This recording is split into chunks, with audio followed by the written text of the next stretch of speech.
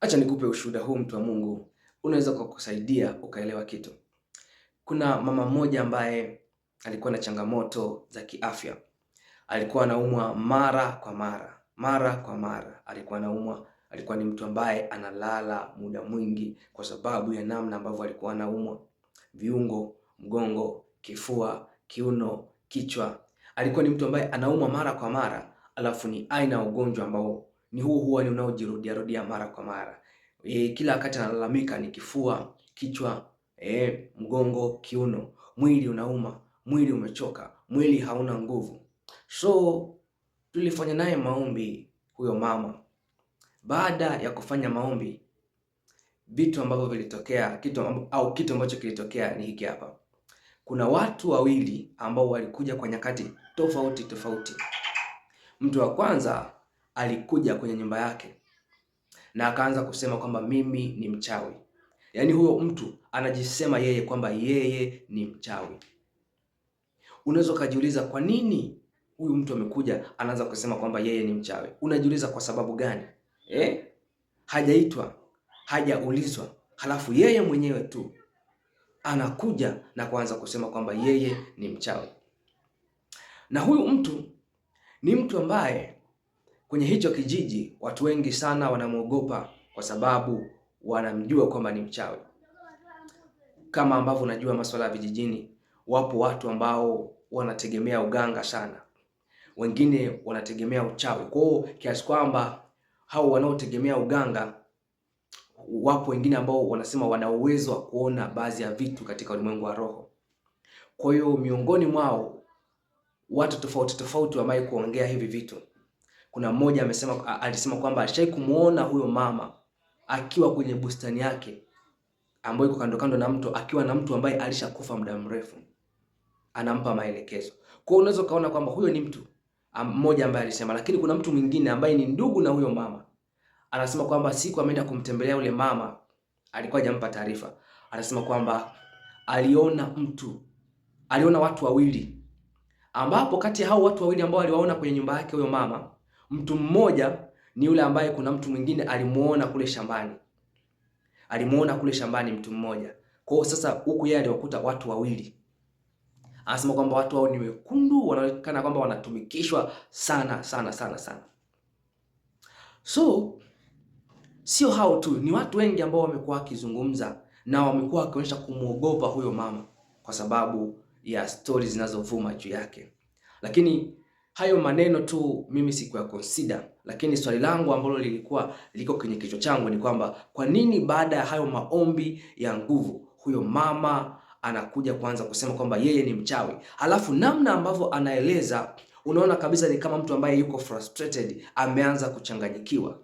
Manake ikawa inanipa picha kwamba maombi ambayo tumeyaomba yanatenda kazi, kwa sababu kuna namna ambavyo tuliomba kwa ajili ya revenge juu ya hao watu ambao wanamtesa huyo mama. Kwa hiyo nikaona kwamba ni maombi ambayo yanafanya kazi ndio amepelekea huyo mtu kuwa katika hali kama hiyo. Lakini mtu wa pili, yeye hatoki mbali na huyo mama, mji wake ni mji wa jirani tu.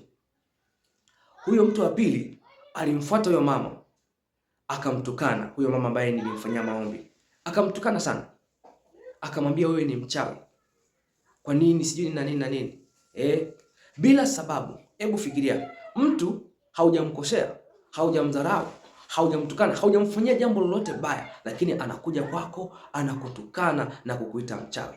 Lakini kumbuka ni siku hizo hizo ambazo tulikuwa tumefanya maombi ya nguvu. Bado hakuridhika mara ya kwanza alipofanya hivyo, akarudia mara ya pili tena kumtukana huyo mama na kumwambia huyo mama ni mchawi. Huyo mama akajisikia vibaya, akaenda kushtaki. Alipoenda kushtaki, kwa sababu hakukuwa na ushahidi wa kurekodi maneno ambayo alikuwa anatamkiwa, yule mama alikataa. Yule mama ambaye alikuwa anamuita huyo mama tulifanya naye maombi mchawi, alikataa, akaruka mbali kabisa kama sio yeye. Kwa hiyo nikamwambia huyo mama baadaye, nikamwambia kwamba haya yote yanatokea ni kwa sababu ya maombi ambayo yamefanyika. Usije ukazani kwamba ni kitu cha kawaida. Kwani ushakugombana na huyo mama? Hapana. Hali kama ishe kutokea? Hapana. Sasa kwa nini baada ya maombi kitu kama hiki kinatokea? Manake hiyo inaashiria wazi kabisa kwamba kwa sababu tumevunja kazi za giza, nguvu zao, madhabahu zao, tumeharibu kazi zao. Maana yake ni kwamba wamechanganyikiwa na wanatafuta mlango wa kuingilia au uhalali, kwa sababu adui siku zote huwa anatafuta uhalali wa kuingia kwenye maisha ya mtu. Uhalali wao unafunguliwa aidha kupitia dhambi yoyote ile, au kupitia maagano, au kupitia maneno yako ambayo utatamka mabaya, yanafungua mlango wa adui kuingia. Kwa hiyo utaona kwamba walikuwa wanatafuta mlango wa kurudi tena, kwa sababu tayari wameshazuiliwa, kazi zao zimefungwa, hawana nafasi tena juu ya huyo mama kuweza kumtesa tena. Manake huyo mama magonjwa ambayo alikuwa anajirudia rudia muda wote tu, kichwa, kifua, mgongo, kiuno, ni ishara kwamba hao watu walikuwa wanamchezea, walikuwa wanamfanyia mambo ya ajabu. Sasa kwa sababu hawana mlango, wanatafuta mlango. Kwa hiyo utaona kwamba adui akishaona kwamba hana mlango, katika ulimwengu wa roho anataka kupenetrate kwenye energy yako, anashindwa. Maanake anachokifanya, anatengeneza mazingira ya wewe utende dhambi, anatengeneza mazingira ya wewe umkosee Mungu, kwa sababu anajua ukitenda dhambi tu tayari umempa kibali, umefungua mlango wewe mwenyewe, naye anaingia kwenye maisha yako kuchinja, kuharibu na kuiba. Kwa hiyo nikamwambia usiruhusu hasira moyoni mwako, wala usiruhusu uchungu, wala usiruhusu kutokusamehe, kwa sababu utakapoweka uchungu moyoni mwako, hasira na kutokusamehe, utakuwa umemfungulia adui mlango wa kuendelea kuyatesa maisha yako.